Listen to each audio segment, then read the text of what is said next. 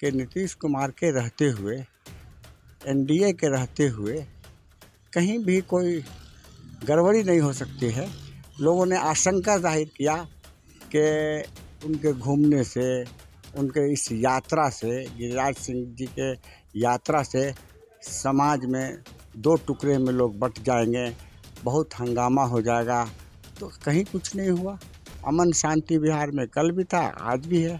सलाम दोस्तों, आप देख रहे हैं हिंदुस्तानी मीडिया। मैं आपके साथ शाहिद कामरान। दर्शकों, हमारी टीम मौजूद है बिस्फी विधानसभा क्षेत्र के परसोनी गांव में। दर्शकों बता दें कि परसोनी गांव किसी तारुफ का मोहताज नहीं, और हमारे साथ जो बैठे हैं जहीर परसोनवी साहब, इनके बारे में जितनी जानकारी मैं दूं, मुझे उम्मीद है कि हमारे दर्शक भी इन्हें जानते होंगे।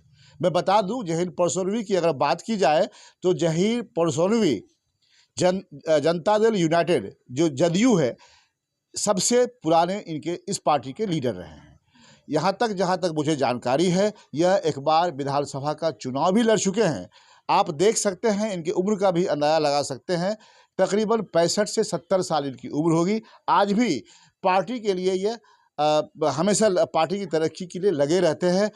इत्तेफाक से ये हमारे साथ है, इनसे हम जानते हैं बिहार के बारे में। बिहार में अभी जिस तरीके की सियासत चल रही है, इसके बारे में कुछ खास बातचीत करते हैं। सर, इस्तकबाल है, आपका स्वागत है। आपका भी स्वागत है।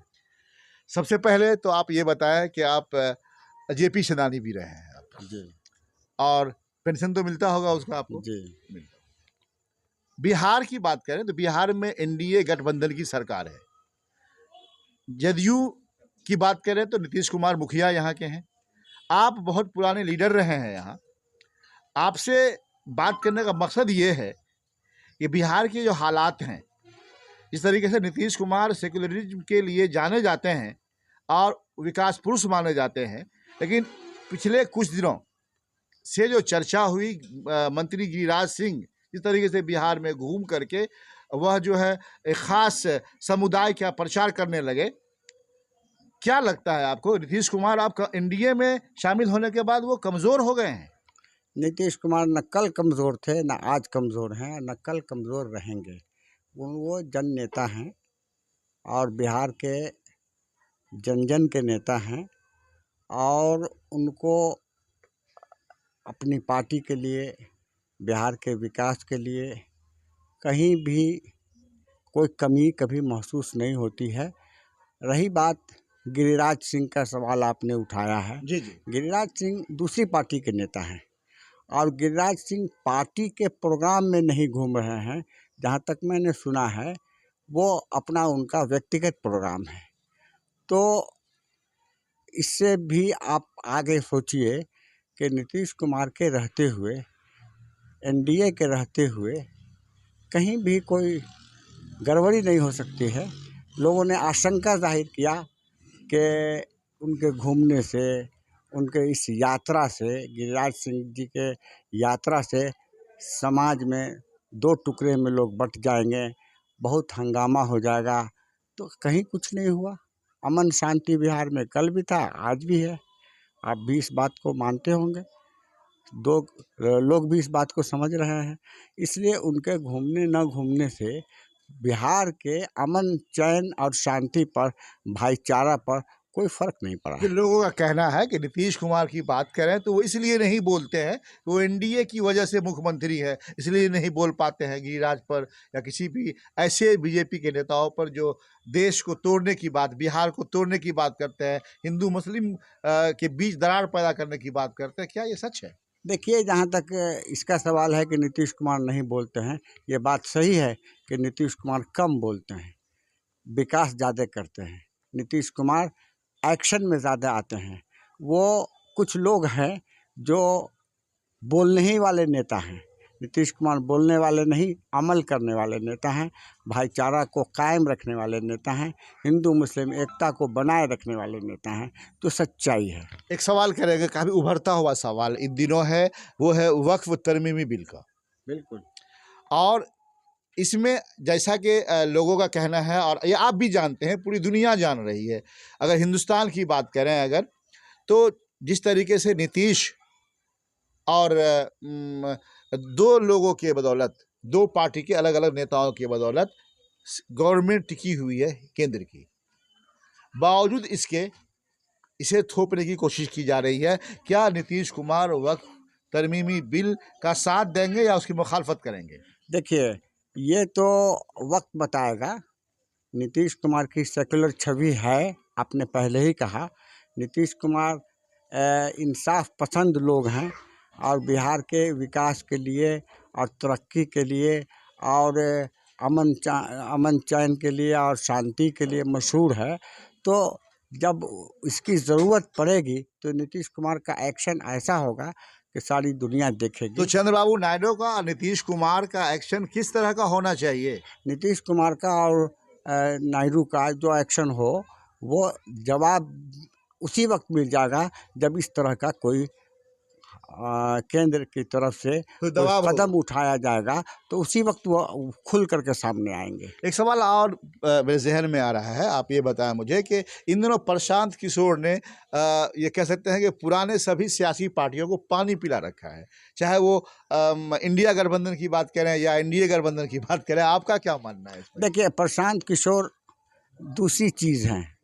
प्रशांत किशोर क्या करेंगे ये तो वक्त बताएगा, लेकिन प्रशांत किशोर ने पैसे की राजनीति किया है और पैसे के बल पर वो एक संगठन खड़ा करने की कोशिश कर तो रहे लोगों का हैं। कहना है ये तो बीजेपी की भी पार्टी है, बीजेपी वाले ने ही पाल रखा है इसे। देखिए, लोगों का क्या कह रहा है और वो क्या कर रहे हैं, ये तो इसी इलेक्शन में प्रशांत किशोर ने भी अपना उम्मीदवार दिया है। जो उपचुनाव हो रहा है बिहार में, इसी में उनको पता चल जाएगा कि हम हमारी क्या औकात है और हम क्या कर सकते हैं और कितना वोट ला सकते हैं। तो जनता ने किसको पसंद किया और जनता किसके साथ है, तो ये चुनाव फैसला कर देगा। आप एक मुस्लिम नेता भी हैं, पुराने मुस्लिम हैं, आप मुसलमान हैं और मुस्लिम जो है काफ़ी आबादी मुसलमानों की है और मुसलमानों को अपने तरफ करने के लिए हर पार्टियां कोशिश करती है। जानकारी आ रही है कि प्रशांत किशोर के आने से इंडिया गठबंधन और एनडीए गठबंधन दोनों तरफ के से मुसलमानों को जो है वरगला करके अपने पीछे कर लिया गया। आपका क्या मानना है? नहीं, मेरा मानना यह है कि मुसलमान बिहार में सच्चाई यह है कि वो नीतीश कुमार के साथ हैं और इस बार नीतीश कुमार के साथ रहेंगे। और नीतीश कुमार ने मुसलमानों के लिए और मदरसा के लिए और उर्दू के लिए और लोगों को हिस्सा देने के लिए जो काम किया है उसको भुलाया नहीं जा सकता है। कुछ लोग गुफ्तार के गाजी रहे हैं, कुछ लोग गुफ्तार के गाजी रहे हैं, जो लोग बोलते रहे हैं कि मुसलमानों के लिए हम ये करेंगे, वो सूखी हमदर्दी मुसलमानों को दिखाते रहे हैं। नीतीश कुमार बोलते कम हैं, करते ज़्यादा हैं। कोई बता नहीं सकता है कि नीतीश कुमार ने मदरसा वालों के लिए, स्कूल में बहाली के लिए या मुसलमानों के लिए कितना काम तो किया है। परसोनी साहब एक सवाल करते हैं आपसे, आपको भी तल्ख लग सकता है, बुरा नहीं मानेंगे मेरी बातों का। आप जदयू के नेता हैं। हाँ। आप बताएं कि अभी कुछ दिनों पहले की बात करेंगे, झंझारपुर के सखुआ गांव में कब्रिस्तान पर स्कूल बनाने का एनओसी दे दिया गया और एनओसी देने के बाद वहां स्कूल के कार्य को शुरू करवाया गया और उस कब्रिस्तान से लाशों को उठाकर बाहर फेंकवाया गया। क्या ये जदयू का राज यहाँ नहीं है? एनडीए गठबंधन में के मुखिया नीतीश कुमार नहीं है, ऐसा क्यों हुआ? देखिए, इसमें कुछ अफवाह भी फैलाया गया है। क्या अफवाह फैलाया, बताइए और मुझे। दूसरी बात यह है कि उस सिलसिले में जो लोग हल्ला किए और उसमें हमारे सांसद संजय झा का भी नाम आया है। जी जी। कि उनके यहाँ लोग गए तो उन्होंने कहा कि मुसलमान वोट नहीं देता है और ऐसा प्रचार किया गया। जो लोग प्रचार किया वो लोग राजद के लोग थे जी।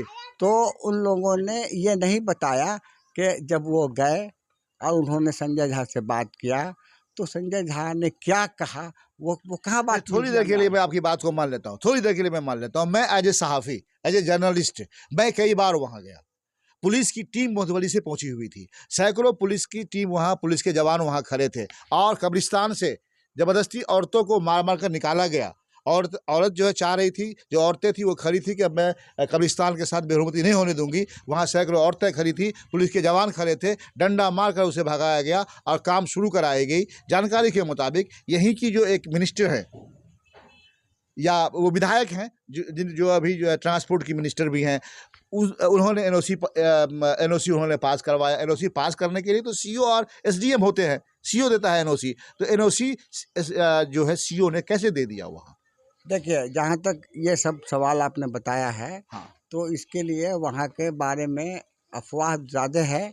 और वो जो लोग इस बात का प्रचार किए कि हमारे साथ ऐसा हुआ, हमारे साथ संजय झा ने ऐसा कहा, वैसा कहा, वो लोग किसी न किसी पार्टी के आदमी थे। ये बात भी सामने आई और जनता दल यूनाइटेड की तरफ से इसका खंडन किया गया और ये बात कही गई कि ये गलत अफवाह फैलाया गया है। और दूसरी बात कि अगर संजय झा ने कहा कि तुम जाओ, तुम लोग पार्टी को वोट नहीं देते हो, तुम नीतीश कुमार के आदमी नहीं हो, तो इसको मीडिया में लाना चाहिए ना, इसको दिखाना चाहिए ना। नीतीश हाँ, उस बात को नहीं दिख रहा है। संजय झा ने कहा, ये बात कहाँ साबित हो रही है? संजय झा ने तो कहा ही नहीं, लेकिन अगर वो लोग प्रचार कर रहे हैं तो बात दिखाइए। सर एक बात आप, और दूसरी बात हम आपको ये कहें कि इस सिलसिले में मुझको पता ये चला है कि वहाँ का एक डेलीगेशन जमा खां बिहार सरकार के मंत्री के पास गया। जी। और वो डेलीगेशन को जमा खां ने ले जाकर के मुख्यमंत्री से मिलवाया। तो अब ये बात तो मुख्यमंत्री ने क्या कहा, तो काम तो रुक गई। ये बात काम रुक गई। ये बात तो होनी चाहिए ना। हाँ। तो इस बात का यह बात कौन करेगा? अच्छा काम जो होता है, यह बात कौन करेगा? यह काम जो है, जो लोग प्रचार किए थे, हाँ। जिसके मुंह पर कालख लग गया कि नीतीश कुमार की पार्टी सेकुलर नहीं, साबित हुआ ना। तो सर मुझे ये बताइए ना, ठीक है, कालिख लग गया, आपने काम किया, आपने काम रुकवा दिया, बड़ी अच्छी बात है। मैं इसकी सताइश करता हूँ, होनी भी चाहिए, तारीफ होनी भी चाहिए। आप तारीफ कर रहे हैं, तारीफ होनी भी इस चाहिए। बात का भी प्रचार होना चाहिए। मुझे ये बताइए ना, आप ये बताइए कि जिस सीओ ने कब्रिस्तान को आम जमीन बना दिया, कब्रिस्तान के बगल में जो जगह खाली थी वहाँ स्कूल बननी चाहिए थी, उसको नहीं देकर के कब्रिस्तान की जमीन को ही एनओसी दे दिया, वो गलत किया कि नहीं सर? ये अगर गलत किया तो उस पर कार्रवाई होगी ना। अगर गलत किया है उसने तो उस पर कार्रवाई। नीतीश कुमार के यहाँ किसी को बचाया नहीं जाता है, चाहे वो कोई अफसर हो, चाहे वो कोई पार्टी का पदाधिकारी हो, चाहे वो कोई विधायक हो, चाहे मंत्री, उनके यहाँ बचाया नहीं जाता है, किसी को फंसाया नहीं जाता। सर एक सवाल, आखिरी सवाल करेंगे आपसे। सर आपकी उम्र लगभग 65 साल से ज़्यादा हो, या 65 साल मुझे अंदाजा है कि हो रहा होगा। आप सियासत में एक मकाम रखते हैं, यूँ कहने में कोई हर्ज नहीं कि मधुबनी जिला की बात करें तो सबसे पुराने लीडर में जहीर परसौनवी का नाम आता है। सर आपको क्या मिला, क्या खोया आपने? देखिए, जहाँ तक मिलने का सवाल है, मैंने कब जाकर के कहा कि मुझको दीजिए, या मैंने कब शिकवा किया पार्टी की या अपने लीडर की? ये काम तो लीडर का है, वो हमारी ज़रूरत कहाँ समझते हैं। मालूम हुआ आपको, आप चुनाव लड़े थे एक बार? बिल्कुल चुनाव लड़े थे। पहला मौका था, नीतीश कुमार भी आए थे, क्या सही? देखिए, 20वीं विधानसभा से जनता दल यूनाइटेड के सबसे पहले उम्मीदवार मैं ही था। अच्छे। और मेरे बाद उसके पहले लड़ते थे यहाँ दूसरी पार्टी के लोग। जनता दल यूनाइटेड अपनी उम्मीदवार को नहीं खड़ा करते थे। है नहीं, पहले समझौता होता था कई पार्टियों का, है नहीं। तो लेकिन नीतीश कुमार जब आए और मुझको जब उन्होंने अपना उम्मीदवार बनाया 20वीं से, और उसके बाद 4-5 बार यहाँ दूसरे उम्मीदवार आए जनता दल यूनाइटेड से, उसके बाद शिकस्त होती रही, लेकिन मेरा वोट एक रखता है। लेकिन इसके बावजूद हम इसी पार्टी में रहे, हम पार्टी नहीं बदले और हम अपने नेता पर एतमाद भरोसा करके रहे, और हमने कभी नेता की शिकवा शिकायत नहीं किया और न हम मांगने गए कुछ। नेता जब समझेंगे जिस जगह तो फिर हमको वो देंगे, और हमको नहीं भी मिला तो हमारा उसूल सिद्धांत, हम उसूल पर हैं और हमारा सिद्धांत 25 में क्या होगा? नीति पर 25 में क्या होगा? 25 में नीतीश कुमार फिर दोबारा मुख्यमंत्री बनेंगे। बिल्कुल, नीतीश कुमार ही 2025 में दोबारा मुख्यमंत्री बनेंगे, नीतीश कुमार, और एनडीए की ही कामयाबी होगी। दर्शकों, बहुत बड़ी बात कहा है इन्होंने, इनका कहना है, कुछ बातें इन्होंने बहुत कीमती कही है। इन्होंने सखुआ कब्रिस्तान का जब मैंने इनसे सवाल की उठाया तो इन्होंने बरजस्ता कहा कि जिस संजय झा जो मंत्री हैं उनके बयान को तोड़ मोड़ कर कहा गया, कहने वाले लोग दूसरे पार्टी के थे, मतलब इन्होंने कहा कि वो राजद के थे। संजय झा जी कभी इस तरह की बात नहीं कर सकते हैं। अगर सच्चाई थी तो उन्हें एक वीडियो रिलीज करना चाहिए था, उनके पास रिकॉर्ड होना चाहिए था। दूसरी बात इन्होंने ये भी कहा है कि ज़मा खान साहब से मिले, एक टीम मिली, मुख्यमंत्री तक ये बात गई। तीसरी बात इन्होंने ये भी कहा कि अगर एनओसी देने में किसी अफसर की गलती होगी तो अफसर पे कार्रवाई ज़रूर होगी, क्योंकि नीतीश कुमार की सरकार है, नीतीश कुमार मुख्यमंत्री हैं, वो किसी को छोड़ते नहीं हैं जब उन्हें सच्ची बात मालूम हो जाए। और सबसे बड़ी बात यह है कि जहीर परसौनी साहब से जो ही बातें हुई हैं, बहुत कीमती बात हुई है। आपको बता दें कि बहुत पुराने नेता हैं और आज भी अपने उसूल पर कायम हैं, कि जैसा कि इन्होंने बताया है। बहुत बहुत धन्यवाद। आपका भी बहुत बहुत शुक्रिया, बहुत बहुत शुक्रिया।